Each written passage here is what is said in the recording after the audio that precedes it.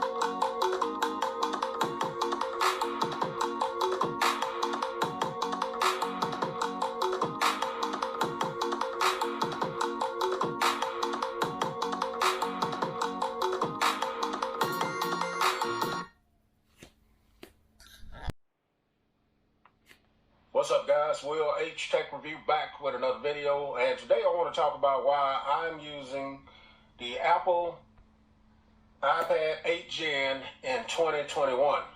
So this came out back last year in 2020, and I'm using it for my main tablet at this time. So before I got this tablet, I had the 7th Gen, and I just wanted to upgrade to the 8th Gen. What's up, guys? Will H Tech Review back with another video, and today I want to talk about why I'm using the Apple iPad 8 Gen in 2021. So this came out back last year in 2020, and I'm using it for my main tablet at this time. So before I got this tablet, I had the 7th Gen, and I just wanted to upgrade to the 8th Gen because it had offered the specs are a little bit better on this version. So that is one reason why I picked it up.